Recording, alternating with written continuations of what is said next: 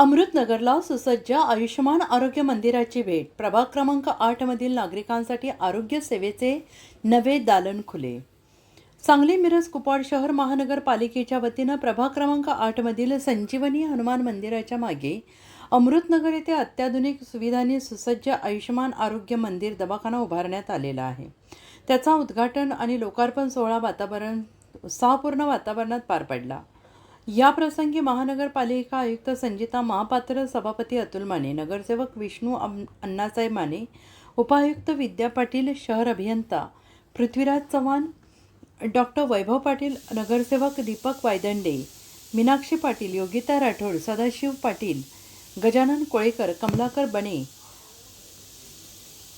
अशोक तिल्याळकर, विकास जाधव, प्रतीक पाटील, विकास तोडकर, धमाळ काका, बिराजे सर, उज्ज्वला कागे, रश्मी कुलकर्णी, लता पाटील, संजय देवांग, सहाय्यक आयुक्त अनिस मुल्ला, SI सिद्धार्थ ठोकळे, विनायक शिंदे, शिवाजी कणेगावकर, प्रकाश पाटील, जालिंदर फारणे, ऐवळे काका, शैलजा कोळी, शोभा भोरकडे, ऐदालीताई, सांगपाळताई, दत्तात्रय राऊत, रेखा वाकडे, सौ प्रतिभा पवार, रेखा पाटील, रेखा डमाळ, कंत्राटदार संदीप पाटील तसेच डॉक्टर, आरोग्य कर्मचारी, पदाधिकारी, नागरिक मोठ्या संख्येनं उपस्थित होते.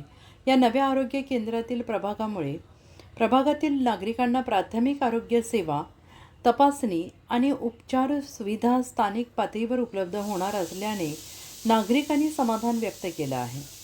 परिसरात आधुनिक आणि सुसज्ज आरोग्य केंद्र उभारल्याबद्दल उपस्थितांनी महानगरपालिकेचे आणि लोकप्रतिनिधींचे अभिनंदन केले आहे. नगरसेवक विष्णू अण्णासाहेब माने यांनी प्रभागातील नागरिकांना दर्जेदार आरोग्य सुविधा उपलब्ध करून देण्यासाठी सातत्यानं प्रयत्न सुरू राहतील अशी ग्वाही दिली.